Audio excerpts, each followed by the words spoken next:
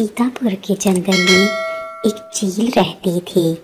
सब पक्षी उसे चोर चील कहते थे, क्योंकि वो चोर तरीकों से सब पक्षियों को तंग करके उनसे खाना छीन कर खा जाती थी।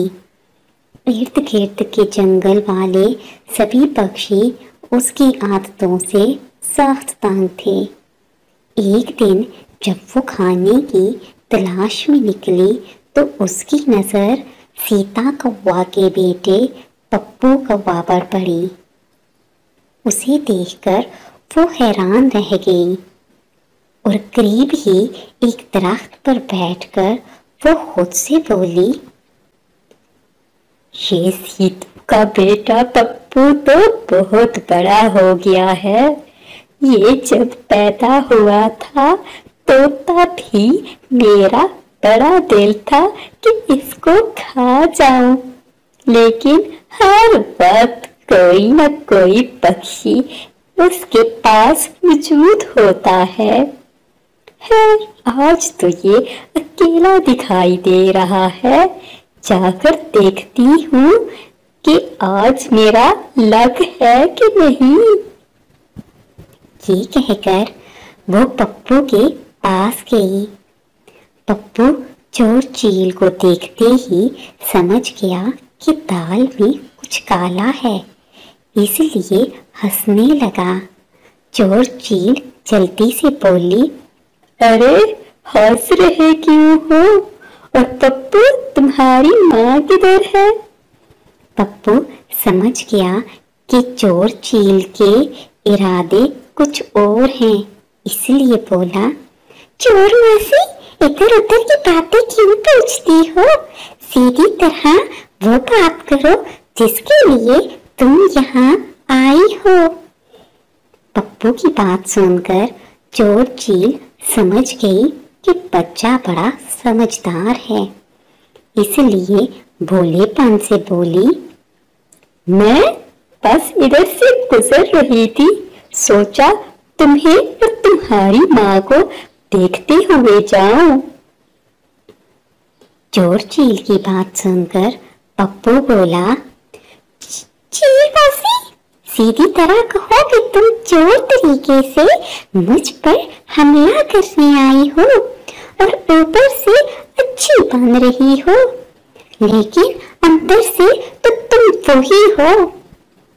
चोर चील समझ गई कि पप्पू उसके इरादे भांप गया है, इसलिए उसने देर करने की बजाय जल्दी से पप्पू पर हमला करने का सोचा। इतने में सीता कौवा वहां आ गई और उसने अपनी चोंच से चोर चील पर हमला कर दिया। चोर चील जो इस हमले के लिए तैयार ना थी, जल्दी से वहां से भागी।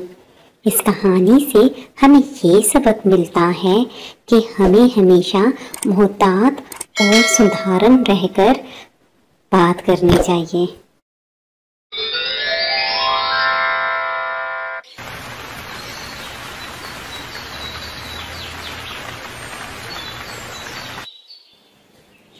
बहुत समय पहले की बात है कि एक जंगल में टुनटुनी चिड़िया रहा करती थी। उसकी एक ही बेटी सुनहरी थी। सुनहरी, मैं लकड़ियाँ लेने जंगल की तरफ जा रही हूँ। तुम घर का दरवाजा बंद कर लेना और जब तक मैं ना आऊँ दरवाजा ना खोलना। ये कहकर टुनटुनी चिड़िया लकड़ियाँ लेने चली जाती है। जब वो जंगल में लकड़ियाँ ढूंढ रही होती है तो उसका पैर एक कांटे में फंस जाता है। टुनटुनी चिड़िया ने अपना पैर हिलाने की बहुत कोशिश की, लेकिन वो नाकाम रही। बिन आखिर थक हार कर वो रोने लगती है। मेरी मदद करो, मेरी मदद करो। ये कांटा बहुत दर्द कर रहा है। मैं अपना पैर नहीं हिला पा रही। कोई मेरी मदद करो। टुनटुनी चिड़िया का पाँव कांटा चुभने की वजह से बुरी तरह जख्मी हो चुका था और वो मदद के लिए चिल्ला रही थी। जिगर पास जो उसी जंगल में एक दरख्त पर बैठा हुआ था, उसने रोती हुई चिड़िया की आवाज सुनी और बोला, अरे लगता है ये किसी चिड़िया के रोने की आवाज है। चलो देखता हूँ क्या हुआ है। जिगर पास जल्दी से टुनटुनी चिड़िया के पास गया। क्या हुआ है चिड़िया, क्यों इतना चीख रही हो? अरे भैया, मेरी मदद करो, ये कांटा चुभ गया है मेरे पाँव में और मुझे दर्द हो रहा है। मैं अपना पैर नहीं हिला पा रही, मुझे घर भी जाना है। मेरी बेटी सुनहरी मेरा इंतजार कर रही होगी। फिर जिगर पास ने टुनटुनी चिड़िया के पाँव से कांटा निकाल दिया और थोड़ी ही देर में टुनटुनी चिड़िया का पाँव ठीक हो गया। इस हादसे के बाद टुनटुनी चिड़िया और जिगर पास बहुत अच्छे दोस्त बन गए। अब तो तुम्हारा कांटा निकल गया है और तुम आसानी से घर जा सकती हो। हाँ, अगर कोई मसला है तो बताओ दोस्त, मैं तुम्हें घर छोड़ आता हूँ। नहीं नहीं दोस्त, तुम्हारा बहुत बहुत शुक्रिया। तुम्हें भी अब अपने घर जाना चाहिए, तुम्हारा परिवार तुम्हारा इंतजार कर रहा होगा। नन्ही दोस्त, मैं अकेला रहता हूँ और मेरा कोई घर भी नहीं है। ऐसा करो दोस्त, तुम मेरे घर के सामने अपना घर बना लो। मेरे घर के सामने बहुत ज्यादा जगह खाली है और है भी बड़ी सुरक्षित जगह है वो। फिर जिगर पास टुनटुनी चिड़िया के घर के सामने अपना घर बना लेता है और फिर हर वक्त वो एक दूसरे से बातें करते रहते हैं। एक दिन टुनटुनी चिड़िया जिगर पास से कहती है, दोस्त, मैं कल से देख रही हूँ कि तुम बहुत उदास हो, क्या वजह है? कुछ नहीं यार, इस जंगल में मुझे भोजन करने को कुछ नहीं मिल रहा और मुझे बहुत जोरों की भूख लगी है।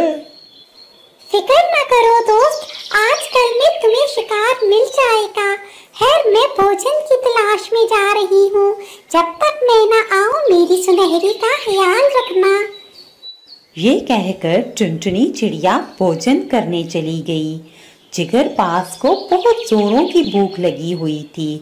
उसने अपने सामने चिड़िया की बेटी सुनहरी को देखा और जब भूख उसकी बर्दाश्त से बाहर हुई तो उसने सुनहरी चिड़िया पर हमला कर दिया और सुनहरी चिड़िया को खाकर अपनी भूख मिटाई। इतने में टुनटुनी चिड़िया वापस आ जाती है और वो हैरान रह जाती है।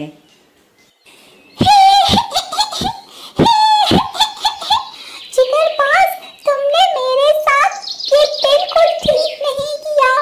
मैंने तुम्हारी दोस्ती पर भरोसा किया था और तुमने मुझे धोखा दिया और मेरी ही बेटी को अपना भोजन बना लिया। मैं तुम्हें कभी माफ नहीं करूंगी और देखना, ऊपर वाला भी तुम्हें इसकी सजा जरूर देगा। ये कहकर टुनटुनी चिड़िया वहाँ से चली जाती है। जैसे ही रात होती है, जोर से बादल गरजने लगते हैं और बिजली चमकने लगती है। आसमानी बिजली आकर जिगर पास पर पड़ती है और वो जल जाता है। इस तरह जिगर पास को अपने किए की सजा मिल जाती है।